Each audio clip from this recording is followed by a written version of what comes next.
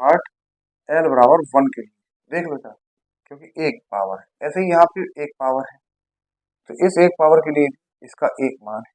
यहाँ पे देखो कोई पावर नहीं है, यानी कि एल का मान क्या होगा यहाँ पे 0, देख लीजिए जरा। ऐसे ही यहाँ कॉस की पावर 1, यहाँ पे कॉस की पावर क्या है 1 है, तो यहाँ ये 1 आएगा आंसर। ये साइन की पावर 1 है तो यहाँ भी 1 आएगा।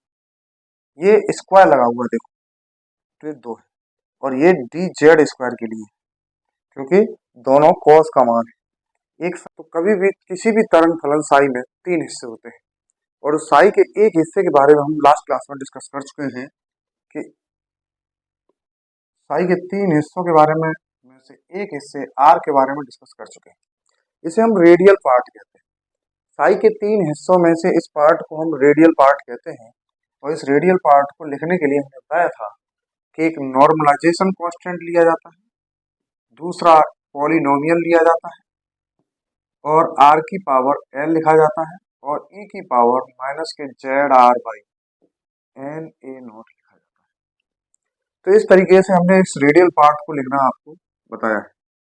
आज के लेक्चर में हम बात करेंगे कि इस एंगुलर पार्ट को कैसे लिखा जाता है। ये दो पार्ट एंगुलर पार्ट कहलाते हैं। इस पार्ट को हम कहते हैं एंगुलर पार्ट। तो ये एंगुलर पार्ट कैसे लिखा जाता है तो इसके बारे में चर्चा करेंगे। तो इसमें दो पार्ट, एक थीटा का और एक फाई का। तो थीटा और फाई किस तरीके से निरूपित किए जाते हैं उसके बारे में चर्चा करते हैं। तो थीटा जो होता है इस पार्ट में एक होता है नॉर्मलाइजेशन कांस्टेंट, और दूसरा होता है या तो साइन थीटा लिखा होगा या फिर कॉस थीटा लिखा होगा। ठीक है, या तो साइन थीटा होगा या कॉस थीटा होगा या दोनों होगा। इसके बारे में बताते हैं कि कैसे पता चलता है कि साइन है या कॉस है।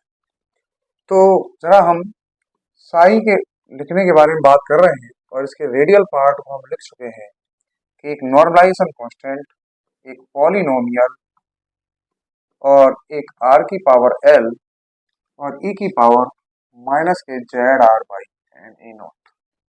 आज हम बात करेंगे कि जो साई का जो थीटा वाला पार्ट है वो थीटा वाला पार्ट कैसे लिखा जाता है। तो जो साई का थीटा वाला पार्ट है उसको हम कैसे लिखते हैं। तो साई का जो थीटा वाला पार्ट है उसमें एक नॉर्मलाइजेशन कांस्टेंट, एक साइन थीटा या कॉस थीटा या फिर दोनों। तो इसको लिखने का एक तरीका है कि अगर किसी भी ऑर्बिटल में एल का मान 0 है, अगर किसी भी ऑर्बिटल में एल का मान 0 है तो हम उसको कैसे लिखेंगे। तो अगर किसी भी ऑर्बिटल में एल का मान 0 है तो उसमें हम साइन की पावर 0 थीटा या कॉस की पावर 0 थीटा, यानी कि कुछ भी इसमें से एंगल नहीं होगा, न तो साइन होगा न कॉस होगा। दूसरा, यदि एल बराबर 1 होता है तो एल बराबर 1 में यहाँ पे साइन 1 थीटा होगा या फिर कॉस 1 थीटा होगा। ठीक है, अगर एल बराबर 2 है तो इस थीटा वाले पार्ट में एक या तो साइन 2 थीटा होगा या फिर कॉस 2 थीटा होगा या फिर साइन थीटा और कॉस थीटा दोनों होंगे। तो ये कैसे पता चलता है कि कब क्या होना है। तो जरा देखिए यहाँ, तो मैंने सबसे पहले यही कहा कि अगर 2s ऑर्बिटल है तो 2s ऑर्बिटल के लिए इस एंगुलर पार्ट को कैसे लिखेंगे। तो s ऑर्बिटल के लिए आप जानते हैं l बराबर 0 होता है। l बराबर 0 का मतलब ये है कि ना तो यहाँ साइन आएगा न यहाँ कॉस आएगा, केवल साई के साथ एक नॉर्मलाइजेशन कांस्टेंट जुड़ा। इसमें एंगुलर पार्ट में केवल एक कांस्टेंट वैल्यू होगी थीटा वाले हिस्से में। इसके बाद अगर ये 2p के लिए कहा जाए, अब 2p ऑर्बिटल अगर लिखा है यहाँ पे तो 2p ऑर्बिटल में l बराबर 1 होता है, तब यहाँ पे साई जो लिखा जाएगा वो किस तरीके से लिखा जाएगा इसको देखें जरा। तो ये 2p ऑर्बिटल के लिए साई कैसे लिखा जाता है उसको देखें। l बराबर 1 के लिए जरा साई लिखेंगे, तो जो साई थीटा है उसको कैसे लिखेंगे। 2p बराबर ऑर्बिटल के लिए, एल बराबर 1 के लिए। तो एक तो नॉर्मलाइजेशन कांस्टेंट है। अब यहाँ पे साइन 1 थीटा आएगा या कॉस 1 थीटा आएगा, इसके बारे में चर्चा करते हैं। तो साइन 1 थीटा कब आएगा? अगर मैंने ये लिख दिया साइन 1 थीटा, तो ये जो वैल्यू है, ये वाला जो पार्ट है, वो तभी आएगा जब जो एक्सिस है, आपने पढ़ा है कि एल बराबर 1 यानी कि 2p ऑर्बिटल 3 होते हैं, एक होता है 2px, 2py और एक होता है 2pz। जब यहाँ पे 2pz ऑर्बिटल, तब तो ये कॉस को रिप्रेजेंट करेगा, जेड एक्सिस कॉस की घात 1 को रिप्रेजेंट करती है, एक्स और वाई एक्सिस साइन की घात 1 को रिप्रेजेंट करती है। तो जब हम 2pz ऑर्बिटल के लिए लिखेंगे, जब हम 2pz ऑर्बिटल के लिए लिखेंगे तो कॉस वाला पार्ट आएगा, और 2px और 2py के लिए लिखेंगे तो साइन वाला पार्ट आएगा। तो हमने 2p ऑर्बिटल के लिए हमने ये लिख दिया, यानी कि ये या तो 2px का है या फिर ये 2py का है। अगर 2pz ऑर्बिटल के लिए इसको लिखेंगे हम साइन थीटा, तो कैसे लिखेंगे? एक नॉर्मलाइजेशन कांस्टेंट और साइन की जगह पे क्या लिख जाएंगे? Cos 1 theta. इस तरीके से इसको हम लिख सकते हैं। इसके बाद अगर हम बात करें कि अगर l बराबर 2 है तो फिर क्या करेंगे? तो l बराबर 2 का मतलब होता है d ऑर्बिटल।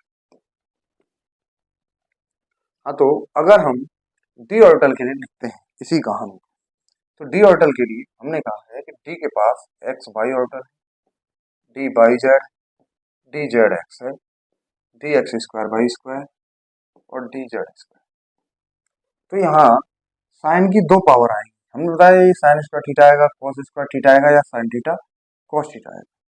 तो ये साइन थीटा अगर हम डी एक्स वाई के लिए लिखते हैं तो इसको कैसे लिखेंगे? एक नॉर्मलाइजेशन कांस्टेंट, एक्स के लिए भी साइन आएगा और वाई के लिए भी साइन आएगा, तो ये से क्या लिखते हैं? Sine square theta. समझ में आया? अगर हमने लिखा डी वाई जेड, इस ऑर्बिटल के लिए साइन थीटा लिखेंगे तो हम कैसे लिखेंगे? एक नॉर्मलाइजेशन कांस्टेंट, एक वाई के लिए एक साइन थीटा, जेड के लिए कॉस थीटा। अगर ऐसे ही डी जेड एक्स के लिए लिखेंगे तो सेम यही आएगा, क्योंकि जेड के लिए कॉस थीटा, एक्स के लिए साइन थीटा। तो इस तरीके से किसी भी ऑर्बिटल का थीटा वाला पार्ट लिखा जा सकता है जो कि एल के मान को रिप्रेजेंट करता है, जो कि किसके मान को रिप्रेजेंट करता है? एल के मान को व्यक्त करता है। आप देख सकते हैं इसमें साइन थीटा वाले पार्ट, जरा ध्यान से देखेंगे तो ये कॉस थीटा लिखा है। क्या लिखा है? कॉस थीटा वाला पार्ट। तो ये कॉस थीटा वाला पार्ट एल बराबर 1 के लिए देख लेता है, क्योंकि एक पावर है। ऐसे ही यहाँ पे एक पावर है, तो इस एक पावर के लिए इसका एक मान है। यहाँ पे देखो कोई पावर नहीं है, यानी कि एल का मान क्या होगा? यहाँ पे 0। देख लीजिए जरा। ऐसे ही यहाँ कॉस की पावर 1 है, यहाँ पे कॉस की पावर क्या है? 1 है, तो यहाँ ये 1 आएगा आंसर। ये साइन की पावर 1 है, तो यहाँ भी 1 आएगा। ये स्क्वायर लगा हुआ देखो, तो ये 2 है, और ये डी जेड स्क्वायर के लिए, क्योंकि दोनों कॉस का मान है, एक साइन का एक कॉस का।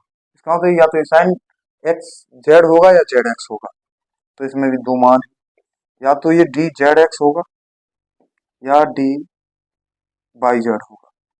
और ये देखो दोनों में साइन आ रहा है, इसका मतलब ये दो दो मान है वो डी एक्स वाई का होगा, क्योंकि ये भी साइन आएगा और ये भी साइन। तो मैंने आपको थीटा वाले सभी पार्ट बता दिए कि कैसे लिखे जाते हैं ये मान। यदि एल बराबर 0 है तो न तो साइन होगा, साइन भी नहीं होगा और कॉस भी नहीं होगा। अगर एल बराबर 0 है तो न तो कॉस होगा न साइन होगा। एल बराबर 1 है तो या तो साइन होगा या कॉस होगा। जेड एक्सिस के लिए कॉस लिखा जाएगा, एक्स और वाई एक्सिस के लिए साइन लिखा जाएगा, और एक ही घात लगानी है। साइन और कॉस की टोटल मिला के कितनी घात आनी चाहिए? 1 आनी चाहिए। एल बराबर 2, साइन और कॉस की मिला के कितनी घात होनी चाहिए? 2 घात होनी चाहिए। फिर से वही साइन और कॉस मिला के होनी चाहिए 2 घात। जेड एक्सिस के लिए कॉस लिखना है, एक्स और वाई एक्सिस के लिए साइन लिखना है। इसको हमने आपको पूरा हर एक के थ्रू दिखा दिया। जैसे एल बराबर 0 है, कोई थीटा वाले पार्ट में कोई साइन, न तो साइन है न कॉस है।